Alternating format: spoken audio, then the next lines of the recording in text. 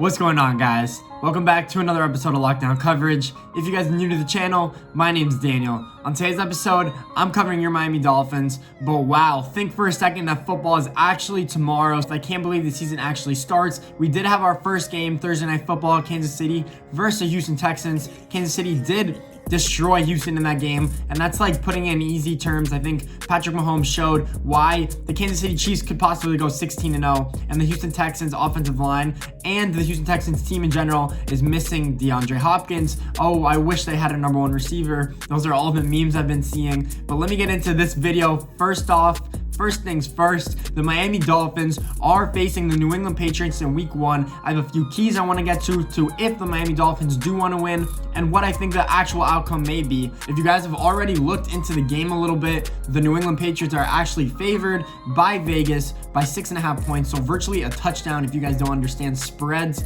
they're predicting the New England Patriots to win by at least a touchdown.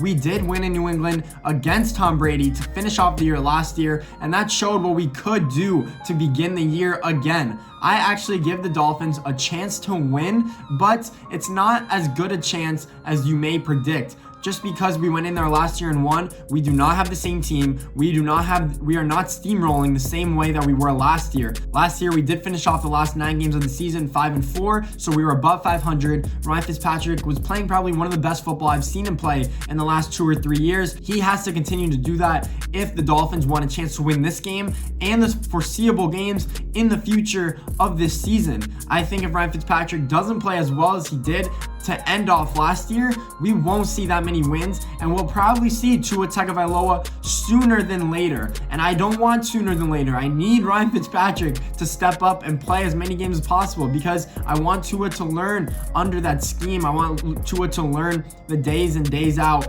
of what it takes to be an NFL quarterback.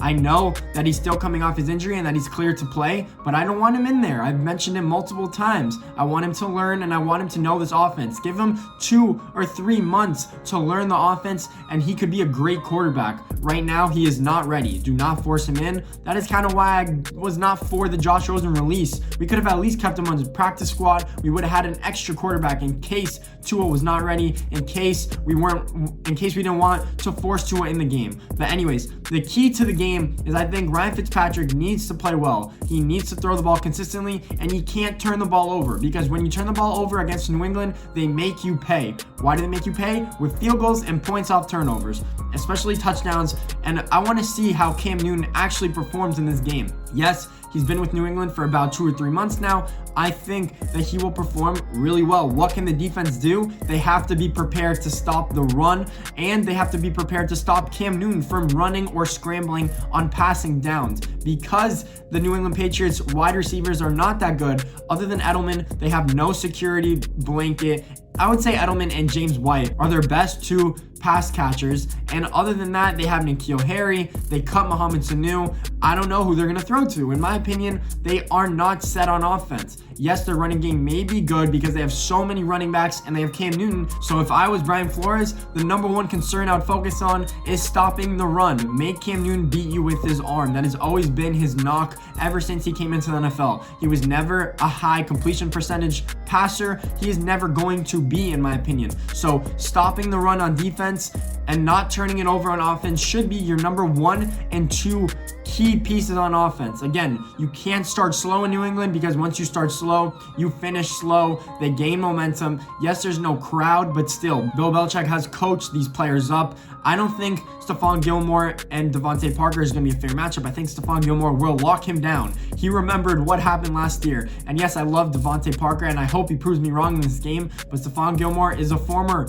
and last year Defensive Player of the Year. We'll see what he could actually do against Devontae Parker. I think it'll be a great matchup to watch. I think the Dolphins' run game needs to also do really well for the Dolphins to have a chance. We need to rush the ball for over 100 yards in this game. And that is not even a crazy task to ask for. Most teams average 100 yards rushing, and no, Ryan Fitzpatrick cannot lead your team in rushing, especially in this game to start off the year. I want to see improvement from our offensive line. I wonder if we will because we have so many rookies to start and so many young players that are new to this team that might take some time to adjust. So I see us honestly, and this is honestly me as a Dolphin fan, losing this game just because we have so many key and new pieces that need to learn this offense and defense especially, and we have not gotten enough time in training camp to do so. That is my main reason why. If we had training camp and we had preseason games, we would have a chance at this game in New England. But since Cam Newton is healthy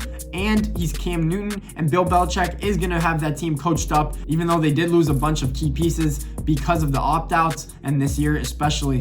But I think the Dolphins have a chance, but it's a slim chance in my opinion. Other than that, let's go Dolphins. Screw the predictions. I'm a Dolphin fan at the end of the day, so I do want them to win, but I'm looking at it realistically and I don't think they will. I think they might cover spread. It could be closer than what people think. People have it as a blowout. Again, I could also see it as a blowout. We've always struggled in New England. Just because we won one game at the end of last year doesn't mean we conquered ourselves and are consistently going to win in New England. It's one of the toughest places to play. I don't care if there's no fans or not. Bill Belichick has always had this team prepared to play in New England and play at home, and they've always been a great home team. So we'll see what actually happens in the game. Game is tomorrow at 1 o'clock. Can't wait for football to start. Guys, if you like this video, please make sure to leave a thumbs up and subscribe. I will be doing a post-game analysis for the Dolphins and potentially every other NFL team. What games were the best? What games were the most surprising? But anyways, thanks for watching, guys. Subscribe to the channel. Do not forget, I'm going to be covering football all season long.